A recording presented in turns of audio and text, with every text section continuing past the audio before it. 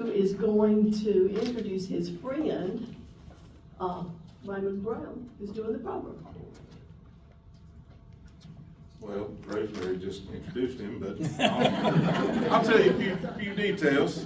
It's a joy to introduce our speaker for tonight, someone who really needs no introduction in Traveler's Rest. My good friend, Mr. Bo Brown. Bo grew up in Piedmont, South Carolina, and spent many days with his grandparents in Spartanburg, South Carolina, and would often accompany his grandfather to work at the main passenger car repair facility for the Southern Railway at Hain Car Shop. It was there Bo developed his love for all things railroad. It was also the catalyst for his love of collecting railroad antiques, better known as Railroadiana, a hobby he has continued for over 50 years, with his collection growing to what can only be described as a museum quality collection. Along with his love for collecting, his love for the stories of the people who made the railroads run, which will be showcased here tonight, is second to none. Bo came to TR in 1994 when he began serving families at the House Mortuary. And in 2009, he and his wife Brenda purchased the mortuary and have continued to serve families with personalized care and compassion to this day. Bo is a lifetime member of the Traveler's Rest Historical Society, a member of the National Railway Historical Society and the Southern Railway Historical Society.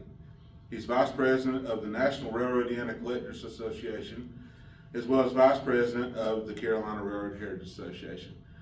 And let me just say, y'all are in for a treat tonight with this presentation. Bo, come on ahead, brother.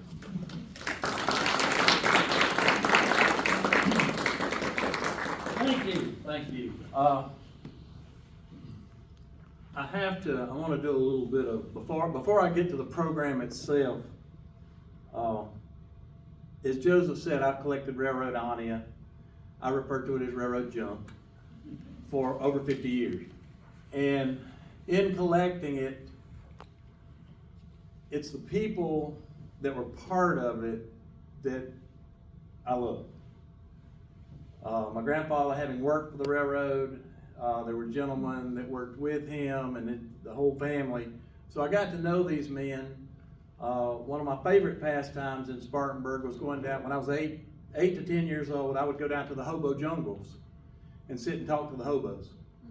Loved sitting down there talking to those guys because of the stories they could tell.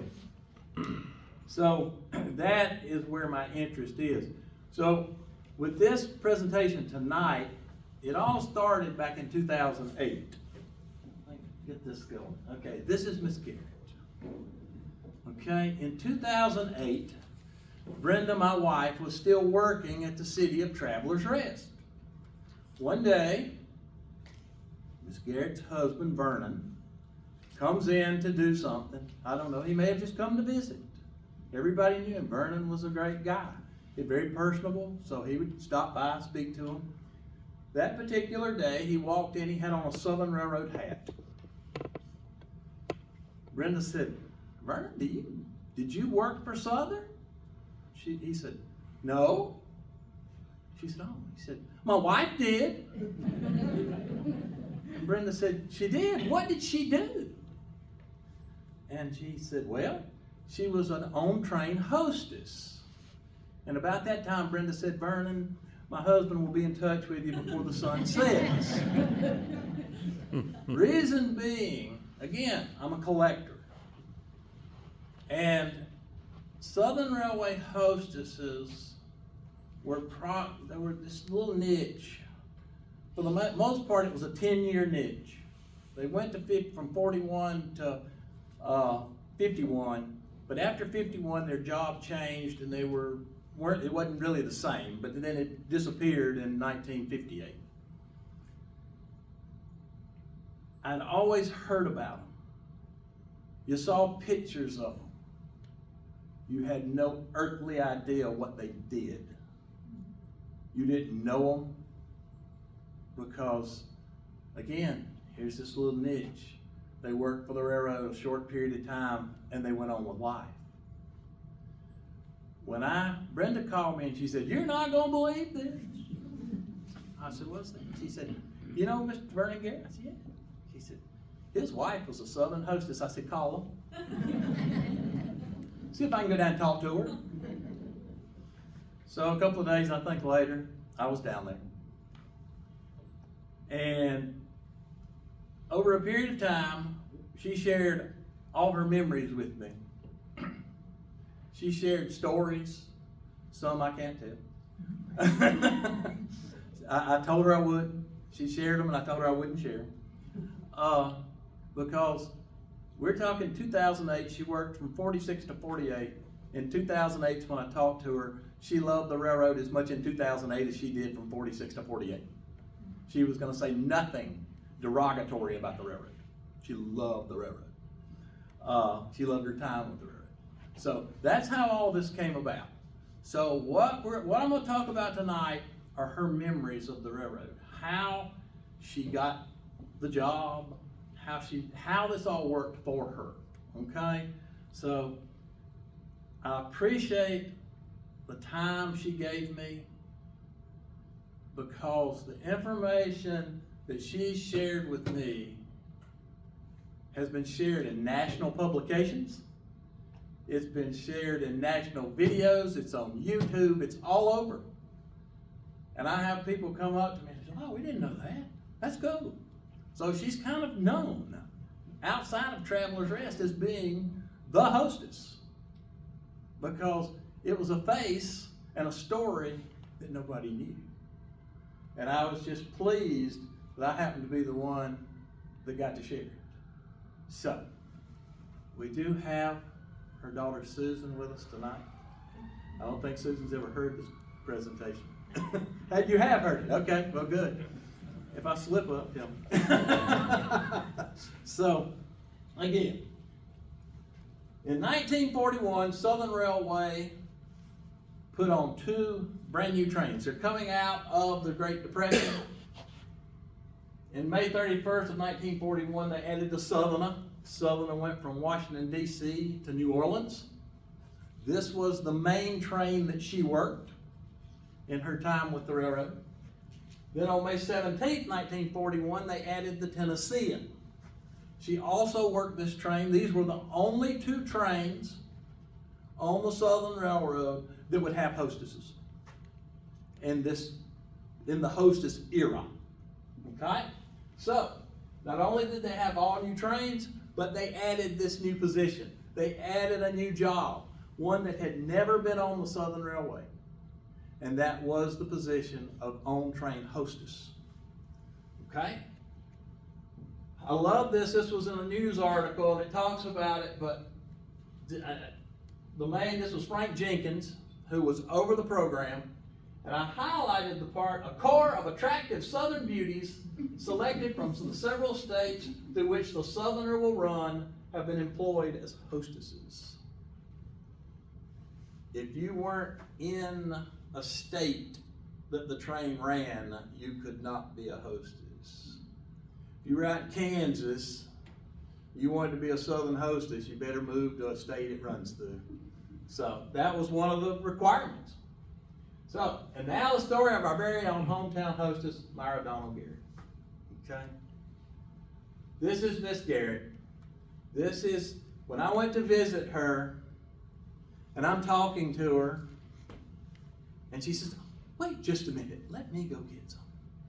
She walks down the hall, and she brings back this picture. This is like the holy grail of pictures, because this was the picture that Southern Railway took of her.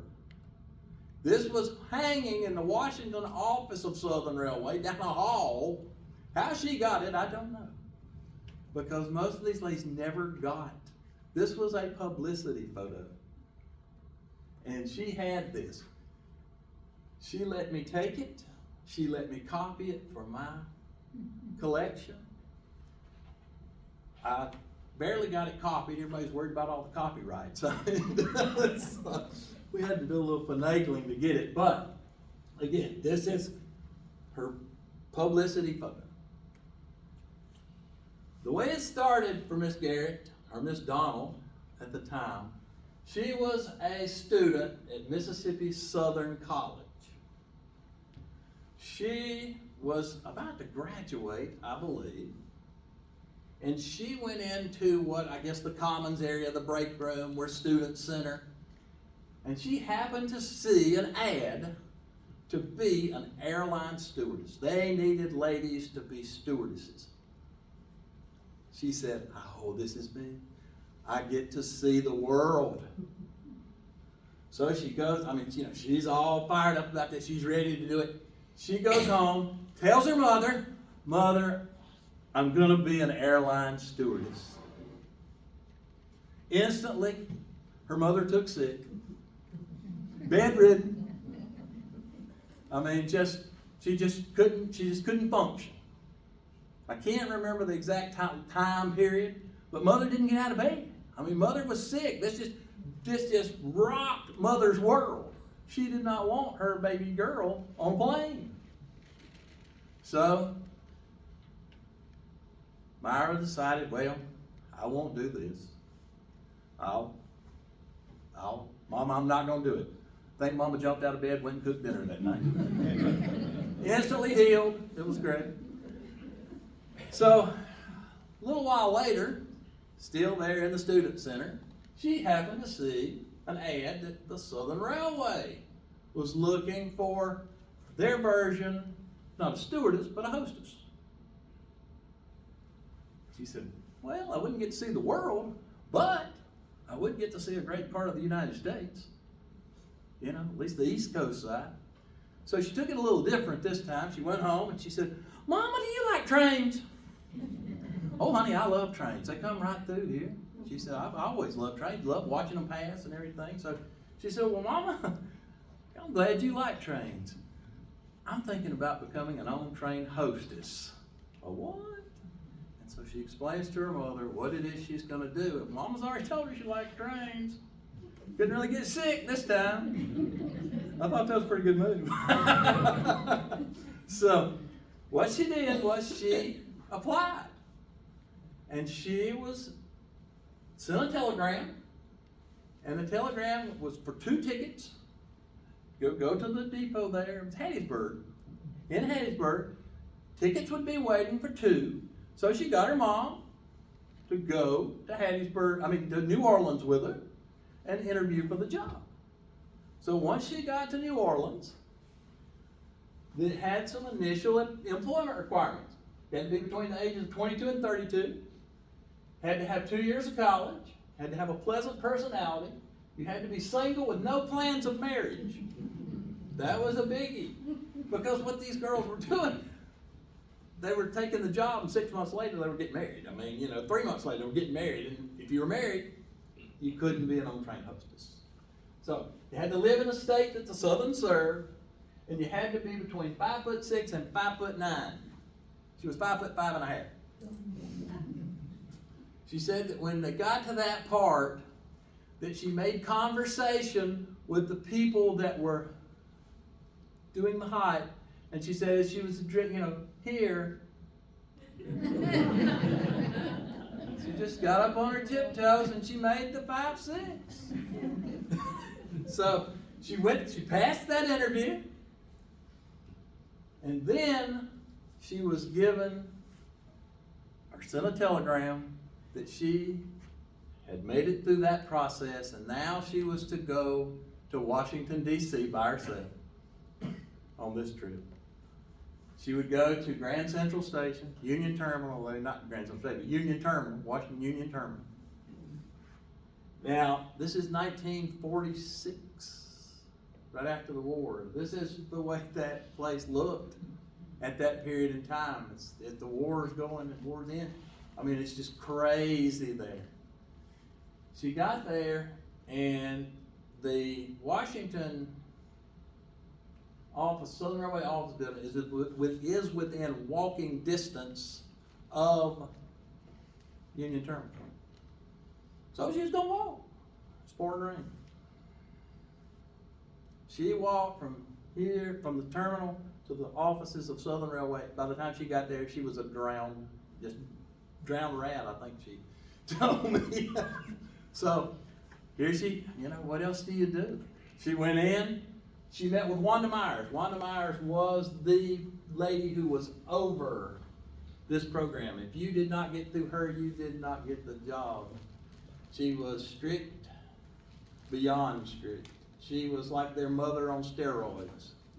She was a tough lady. I mean, anybody that dealt with her, I've had some other accounts that people dealt with her, and she was a tough lady. And so, she had to deal with her. Did the interview with her. Wanda liked her. Wanda hired her. And then life began with Southern Railway. Because once you're hired, didn't mean you went on the job. Now they train you.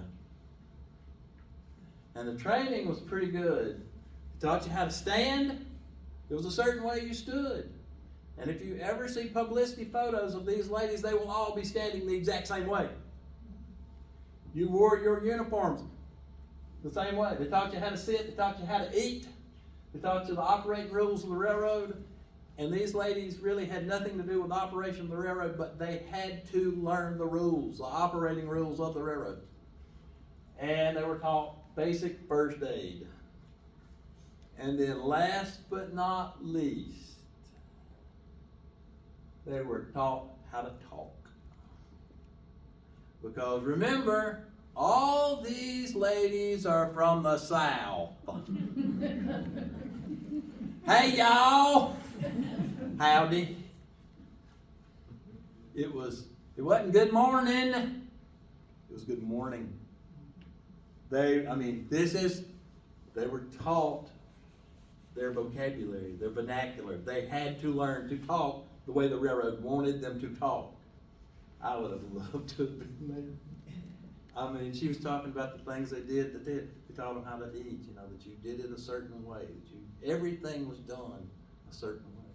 So, that's what I said. You didn't roll good morning out for a week and a half. It had to be our good evening. After they were offered the job, and they had to make it through this now. They were given the job, but now you have to make it through charm school. You had to pass that. And then once you did that, then you were offered a job.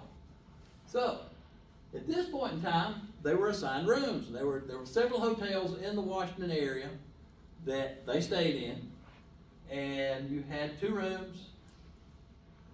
The lead hostess in it got the one room, and the other 3 bunked in the other room. So you had whoever was the head hostess in that bunch got the big room, and the other 3, kind of bunk beds or whatever. They were crammed in a hotel room.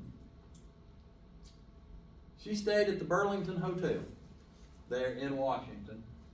And in the book up here, I've got some brochures on the Burlington that I've picked up and whatnot. At the Burlington now, hostesses made $225 per month, which is $45 a month.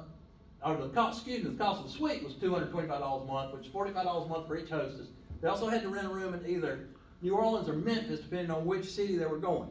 If you were on the Southerner, you went to New Orleans. If you were on the Tennessean, you went to Memphis, and you laid over at night.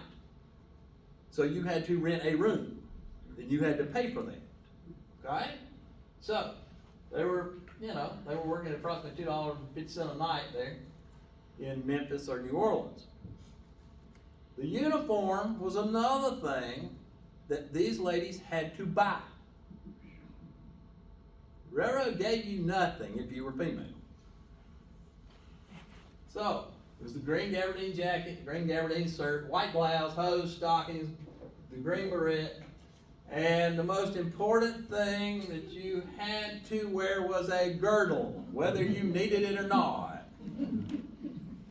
Cost of the uniform was $110. Hostess paid for it. When you quit the railroad, you gave your uniform back to the railroad. You didn't get to keep it. You paid for it, but you didn't get to keep it.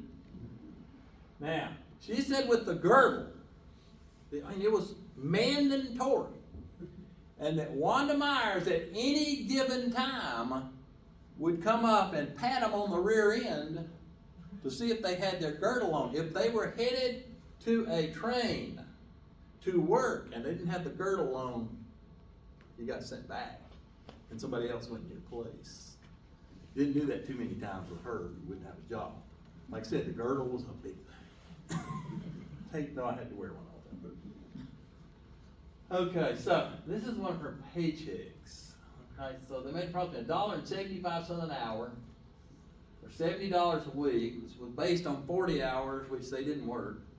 Trust me, we'll get into that. But $36.40 per year, Hostess paid based on their salary.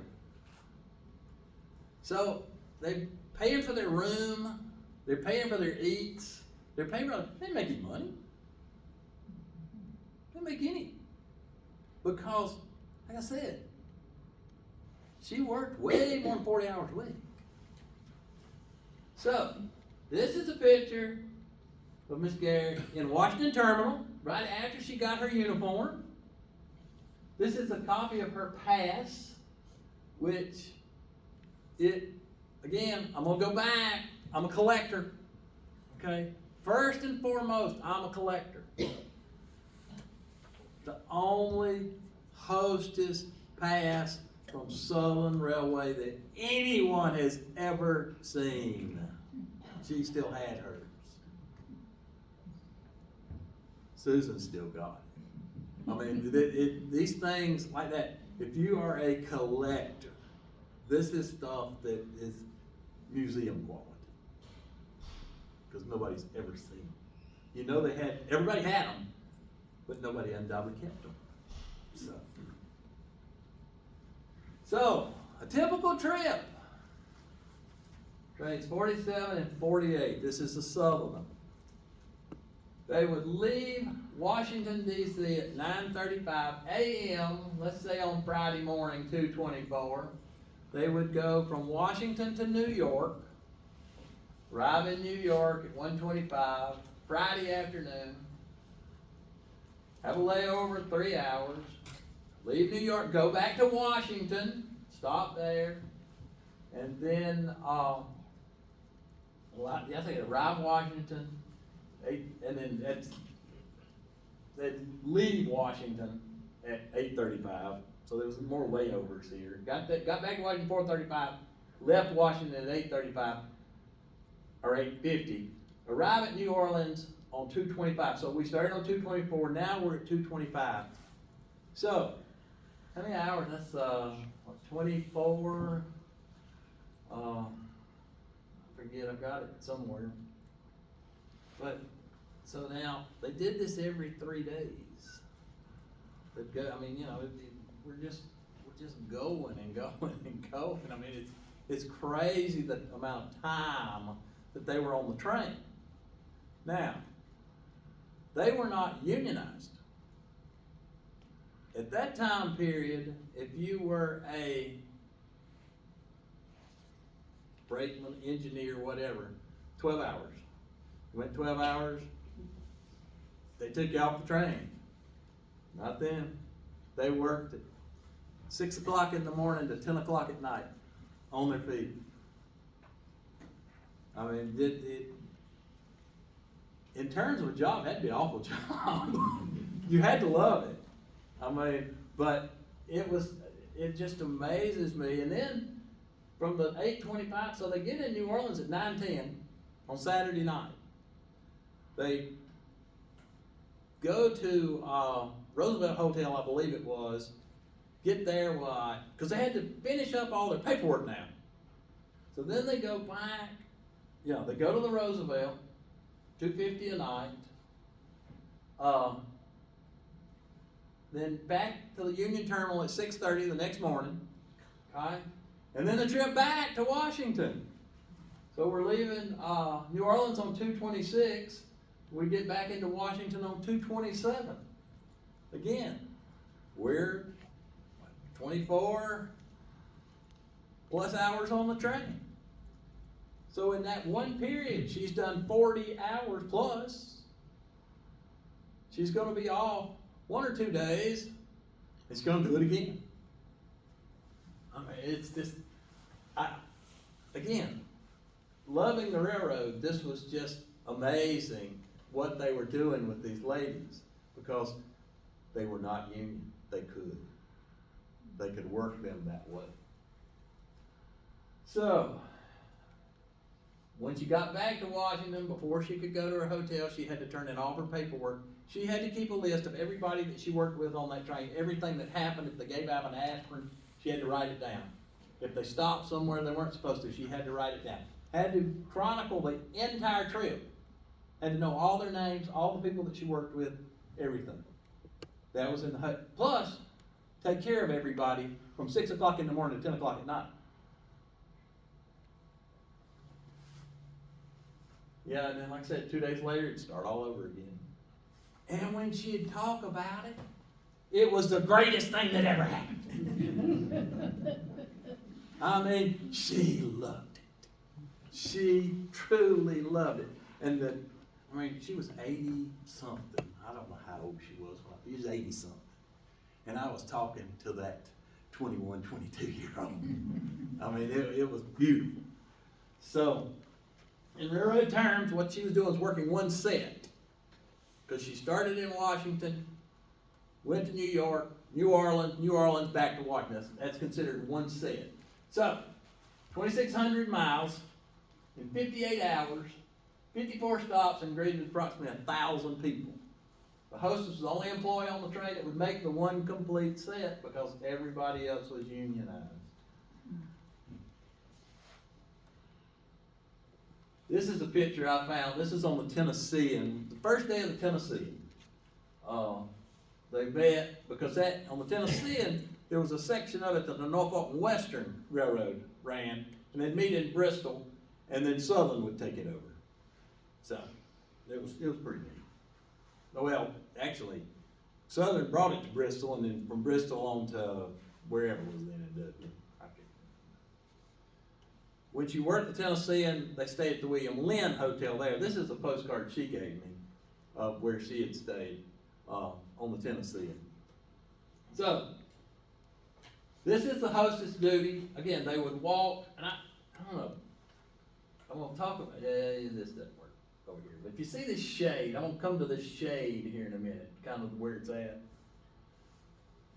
They had to greet all the passengers. Anything that the passengers needed, they had to give them. They did pillows. They had to take pillows to people. The conductor would sell a pillow or rent a pillow for a quarter. She didn't take money. The conductor took money. He'd then give them a ticket. They'd give her the ticket. She got the pillow. But she had to keep up with the pillow. If they stole the pillow, I think she had to buy the pillow. So again, I mean, it all fell back on these ladies. It's crazy. So, but that's Wanda Myers. Actually, that's a publicity shot that they did at the very start of the program. So, all these ladies had pamphlets that had schedules on them. They would stand out, and business cards, they would stand out on the platforms when the train stopped. They were like a concierge almost. They'd hand out these little pocket schedules where you are, and then wherever they were, Timbuktu, wherever you were, you had to tell them someplace good. Where's a good place to eat here? They had to know. They had to, and again, we were back at 54 stops that they did. They had to know. That was part of their job, to know all this stuff. So, the pillows came in a little pouch. There's one of the pouches actually in here. And they had all the brochures that they handed out. This lady, I had to put this in here because in talking to Miss Donald, she said, I thought I was going to have to deliver a baby one time.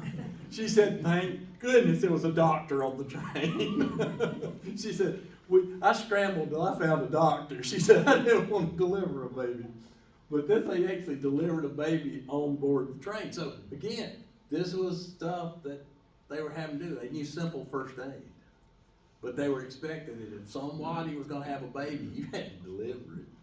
Because the porters and the conductors weren't going to do it. That's the first. It was to these ladies. Now, this is when they would stand out on the platforms at each station. When they got to each station, day or night, they had to come off the train and greet people as they came on the train. Thank you for being here. If you need anything, let me know.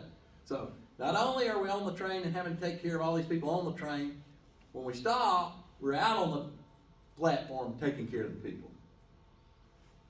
Again, now, one thing that she said, if you see the windows there, she said at night, and I showed you the shade on the thing, all these windows had window shades. She said one of the railroad's requirements at night was to go through the car when you were coming into a station, go through the cars and get all the window shades at the same exact level. Both sides of the train. One side you couldn't even see. It's the yard. She said, try doing that with a bunch of kids. She said, I can get one down here, you'd be over right behind you. But again, one of the requirements that they had to do, that was one of their responsibilities. Another thing that after Miss Garrett passed away, Susan came to see me one day. And she brought by a coloring book. Well, in talking with Miss Garrett, she talked about that they gave coloring books away to kids. But nobody had ever seen one. Again, something that no one had ever seen. They knew it existed, had to. People talk about it. No pictures of it, no anything. She had one. She had kept one. We copied it. Susan has the original. We copied it. And it was so great to actually see it, because in several other presentations that I'd done, people talked about the conductors. Hostesses would give out the coloring book, but the conductors gave out the crayons.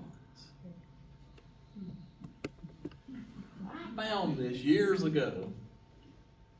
This is a Southern Railway coffee pot, 1941. This is from the Southerner, exclusive to the Southerner and the Tennessean.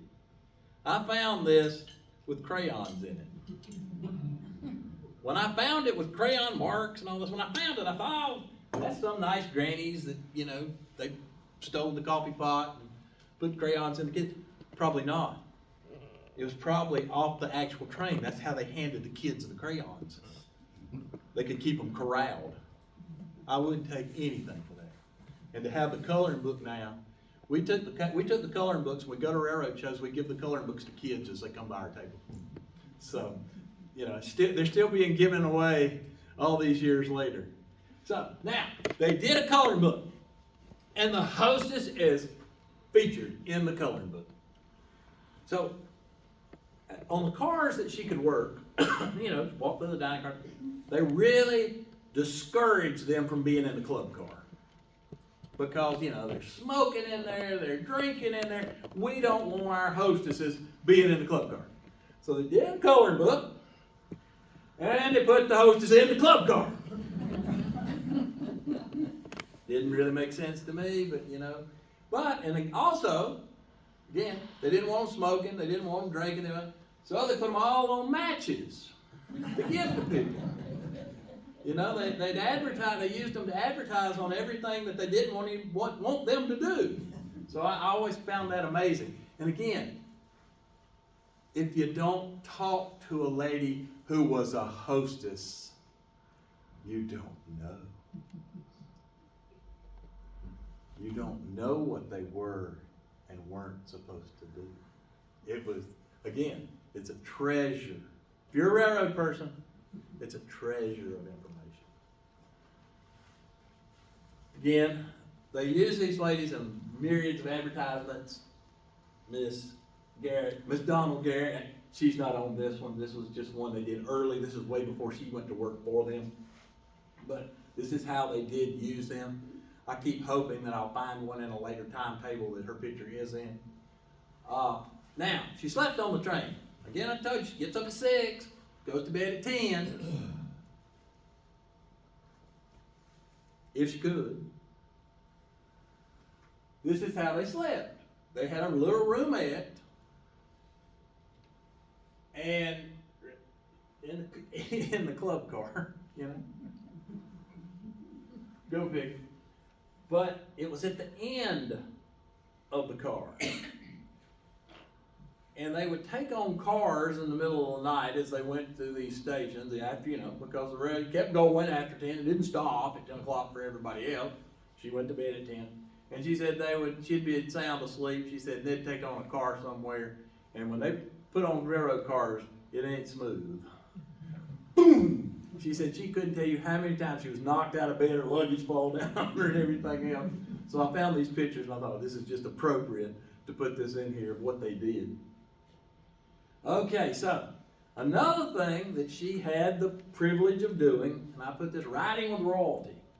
She met a lot of interesting people while working the railroad. I think I've featured two here. One, she met Harry Truman. They would put Harry Truman's presidential car on the Southerner a good bit. And somewhere along the way she met him. And of course his wife traveled with him and everything. He would ask if she could come back and visit with them and eat with them. Probably the only time she ever got to eat at a normal time. But she made such an impression on him that he would request, if she was on the train, to come back and visit with him. So, a couple of pictures of him. And then she said one time she met the Shah of Iran on the train. And I thought that was pretty neat, Here you are, young girl from Hattiesburg, Mississippi, and you meet the president and the Shah of Iran when he was somebody back in the day before he was exiled. Again, did work the Southerner most of the time, but she also worked the Tennessean. She did say she was not really fond of the Tennessean. She said because Tennessean was jointed rail, and it was much rougher ride and whatnot. She didn't really like it. She said one time as they were, I think she said they were in Virginia, but the big spring, there's a balance spring on a truck of a locomotive. She said a balance spring broke on the locomotive, and she said when it broke, she was in the dining car, and she said when it broke, it was like this, the whole train. She said she thought it was going to turn over. She said dishes, everything just went flying. And again, I'm a railroad collector, okay, first and foremost. She tells me this story. I've got these railroad pieces, big silver pieces, and they'll have these big dents in them. And I'm like, how in the world did they get this? I mean, again, questions answered from that. So, she also, this is on the Southern. That is Lake Pontchartrain, going into New Orleans. See, the water's a little rough there. She said that she had crossed Lake Pontchartrain when the waves were hitting here, middle of the window, hitting the train. She said they would go over at like 10 miles an hour, and the waves just beating the train as they went over. So, again, it's good information. But you had Lake Pontchartrain, the drawbridge on it, when it got stuck one time. So, during one of the rough seas, or rough lakes. I guess it wasn't seas, it was rough lakes. Another picture of Pontchartrain. This is the crescent, this is not the Southerner, but I did this in color. But again, just look how low it was to the water anyway, and then waves hitting midway of the train. She said she hated that train, or hated that bridge. Okay, so how did my friend Myra's railroad career end? Okay, so 1947. This is Miss Garrett, Miss Donald over here on the right. Her friend Pat Gaines. And they were riding at Potomac Park, riding their bicycles. Now, if they were working, they had to have their jacket on at all times. If you were working, you had to have your jacket on, had to have your little bow tie on. She said if they were out riding their bike, they could take their jacket off. But that day, she met, I think, a young soldier by the name of Vernon Gary. And they met, and it was at that point, Vernon was with another boy, and as they parted ways that day, Vernon said, I'm gonna marry that girl. So, they did. But what is so neat about this is, now she's still working for the railroad. She's coming through Greenville, what, every 3 days or so. Every time she would come through Greenville, Vernon would be there. They kind of courted on the platform at Greenville. You know, she had to come off the train. She had to take care of the passengers. She had to meet everybody. Well, I think when Vernon made the scene, changed just a little bit, just paying more attention to Vernon than everybody else, which was great. So they ended up, they got married. I actually got the letter where she resigned, and it was accepted. And she and Vernon got married. Okay, so he was from Easley, and if I'm not mistaken, and Susan, I'm gonna put you on the spot here. He would, because Tennessee didn't stop in Easley, did it? It stopped in Toccoa. Did it stop in Easley? Southern. The Southern. Did it stop in Easley? Yes. Okay. So he'd run to Greenville in his little Jeep, and then she'd get back on the train and to Easley. They'd court in Easley. Okay? So, if I'm not mistaken, he sold the Jeep and bought her diamond. So he shows up on, I think it was in Greenville, actually. Shows up one day and she doesn't see the Jeep. You know, as she's pulling in, she's looking for Vernon's Jeep. Didn't see the Jeep. Where's Vernon? He was there and he proposed to her. In Greenville. I mean, that's movie stuff. To me. So they end up getting married, and then he was from Easley, she's from Hattiesburg, Mississippi. Well, they end up in Travelers Rest, South Carolina, and they started a business. That's Vernon. I didn't have a picture of Vernon in here, so I wanted to have a picture of Vernon. They started Skyway Mobile Homes in Travelers Rest, South Carolina. Airstream dealership. So motorhomes and Airstreams. I mean, so, and what's neat about this is Skyway Mobile Homes is where the museum is. That's where their motorhome lot was. So they ended up getting married and they came to Travelers Rest. Settled here. The last program I did, I think Dot told me this, that she told this at a garden club? Just at the museum about she said that one Christmas, they were living up here in these, okay? This is where they lived. Not only did they work there, they lived in one of the motorhomes. She gave him a door knocker for Christmas. And he opened it and he's like, what is this? What's this for? She said, the house you're gonna build me. So they ended up building that house over on Grandview Circle. That's pretty much where they lived until they passed away. And so that's their connection to Travelers Rest. Now, I finish up with this. My work for the railroad from 46 to 48. During that time, she traveled right at 500,000 miles on train. She ate after everyone else. She slept when she could and made less money than anyone else on the train. But when you talk to her about that season of her life, you could tell she still loved her railroad days. That's her when she went to work for the railroad, and this is the way when I met her. Beautiful lady, had a sweet spirit about her. Sat down and played the piano for me, which I'm jealous of anybody can play anything. I can't tune the radio.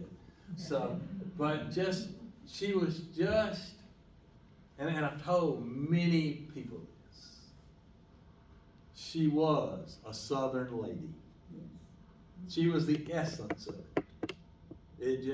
She was just so nice. I'm so glad I met her because not only as a friend, but she filled in so many gaps in railroad, for me, information. Joseph brought this tonight. This was off one of the cars on the Tennessee, and which was North? Southerner. I mean, on the Southerner. It's the Alabama. Alabama. That was car Alabama. One of the cars that she worked. Again, China, there's some other things up here. One of the Hostess berets. Wasn't hers, but they just one of the Hostess berets. So that was her. Wish I'd met her way years before. She's probably glad I did. Because I'd have worried the bejeebers out of her. But again, she was such a nice lady. And I look at this is, back in it started in 41, she started in 46. In 1946, women didn't do what she was doing. I mean, one, she's in college, graduated college. A lot of the ladies didn't do it. They didn't go out on their own like this. I mean, this is, to me, she was like a trailblazer in what women could do. They could always do it, but nobody thought they could. These ladies proved that they could. And I always wondered about the two trains. They put them on in April and May, or March and April of 1941. What happened in December of 1941? Had they known, there's no way that those two trains are ever put on. This program would have never existed had they known what was coming. The railroad would have never spent that kind of money just because they were coming out of the Depression anyway, and they were just hoping for ridership. They were trying to get it. Had they known, because I've talked to some guys who were in the know, had they known Pearl Harbor was coming, these trains would have never happened. So, thank y'all. I hope you learned something. I hope you enjoyed it. Again, sweet, sweet lady. Susan, your mama was a dear. Thank you for sharing her with me. Thank y'all.